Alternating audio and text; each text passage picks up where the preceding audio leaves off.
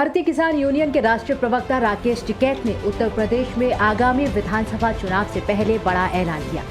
टिकैत ने कहा, चुनाव का दौर शुरू हो चुका है, लेकिन हम किसी भी नेता के साथ मंच शेयर नहीं करेंगे। उन्होंने कहा, किसान किसी से कमजोर नहीं है। यूपी विधानसभा चुनाव को लेकर पूछे गए सवाल पर टिकैत ने कहा कि आजकल बुआई का टाइम चल रहा है, जो जैसा बोएगा वैसी ही फसल काटेगा। ना मंच नहीं करने के हम किसी नेता के साथ में, ये हम किसानों के साथ में करेंगे शेयर मंच।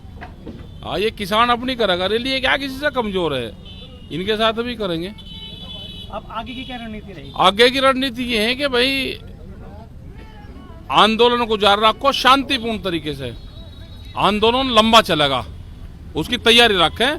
ट्रैक्टर में तेल भरवा के दिल्ली की तरफ को मुंह करके रखें। दिन में खेत में काम करें तो तेल भरवा के रखें। आंदोलन को लेकर पूछे गए सवाल के जवाब में राकेश टिकैत ने कहा, हम कहीं नहीं जा रहे। ये देश का किसान आंदोलन छोड़कर कहीं नहीं जाएगा। अगर 5 साल तक सरकार चल सकती है तो ये आंदोलन भी जनता का चुना हुआ आंदोलन है। ये आंदोलन तब तक चलेगा जब तक भारत सरकार MSP की गारंटी पर कानून नहीं बनाएगी। होली और एक दिवाली किसान आंदोलन बीत चुकी है, आगे का प्लान क्या है सर? भाई वो तो सरकार बताएगी, हम क्या कहीं जा रहे। ये देश का किसान कहीं नहीं जाएगा आंदोलन छोड़ के।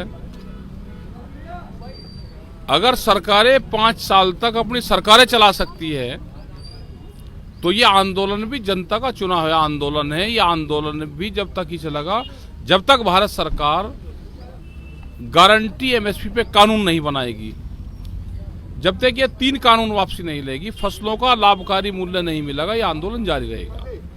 आपने पहले भी बोला कि 26 नवंबर के बाद अगर सरकार नहीं मानती तो इस बार आर पार की लड़ाई होगी। हाँ, लंबा चलेगा। हम अपने टेंट बदलेंगे, फट गए टेंट, तिरपाल बदलेंगे, चादर डाल लेंगे, ये करेंगे हम काम। 26 तारीख से रिपेयरिंग वर्क शुरू होगा।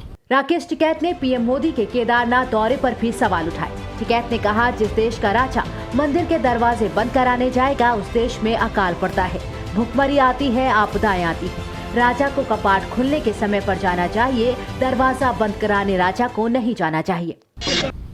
जिस देश का राजा मंदिरों के दरवाजे बंद करवाने जाएगा उस देश में अकाल पड़ता है, भुखमरी आती है, आपदाएं आती है। राजा को मंदिर के दरवाजे खोलने के टाइम पर जाना चाहिए, बंद दरवाजे पे राजा को नहीं जाना चाहिए। राकेश टिकैत ने PM मोदी के बयान का जिक्र करते हुए कहा कि सरकार का दावा है कि 2022 तक फसल के रेट दोगुने हो जाएंगे। अगर जनवरी तक रेट दोगुने हुए तो लोग इनको वोट देंगे, और अगर फसलों के रेट दोगुने नहीं हुए तो दूसरों को दे देंगे। महंगाई को लेकर राकेश टिकैत ने कहा कि जितना प्रचार पेट्रोल और डीजल की कीमतें कम होने पर किया जा रहा है, उतना प्रचार कीमतें बढ़ने पर नहीं हुआ। उन्होंने कहा, कीमतें अगर 40 रुपए बढ़ाकर 5 रुपए कम कर दी गई तो कीमतें घटाने की चर्चा ज्यादा है। उन्होंने सिलेंडर के दाम को लेकर कहा कि कीमतें 3 गुनी हुई हैं। मध्य प्रदेश के मुख्यमंत्री शिवराज सिंह चौहान ने कहा कि जो जनता की सेवा करे वो शंकर होता है। CM शिवराज चौहान ने PM मोदी की तारीफ करते हुए कहा कि PM मोदी देश की जनता की सेवा कर रहे हैं। उन्होंने कहा कि केदारनाथ की पूजा राष्ट्र उत्थान का काम है। उन्होंने कहा कि PM मोदी केदारनाथ धाम में पूजा और विकास परियोजनाओं के जरिए राष्ट्र के उत्थान का काम कर रहे हैं। देश को संबोधित किया और आपने भी उनको मोदी जी को शंकर के कहा। देखिए, उनका भाषण महज भाषण नहीं था, वो देश की 130 करोड़ भारतवासियों के लिए राष्ट्रीय पुनर्जागरण का संदेश था। एक वैभवशाली, एक गौरवशाली, एक संपन्न, एक शक्तिशाली भारत का उदय हो रहा है मोदी जी के नेतृत्व में।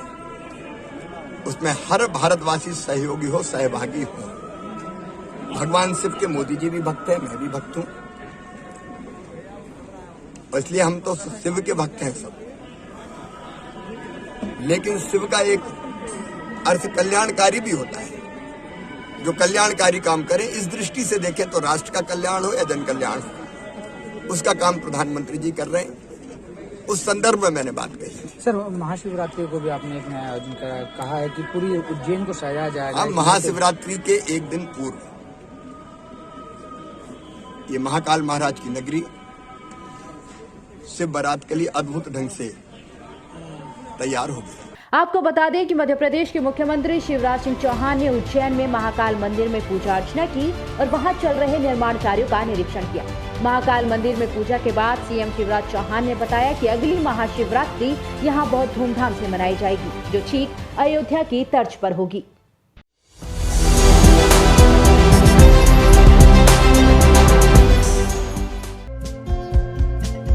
हमारे चैनल को लाइक, शेयर और सब्सक्राइब जरूर करें और नई अपडेट्स के लिए बेल आइकन दबाना ना भूलें।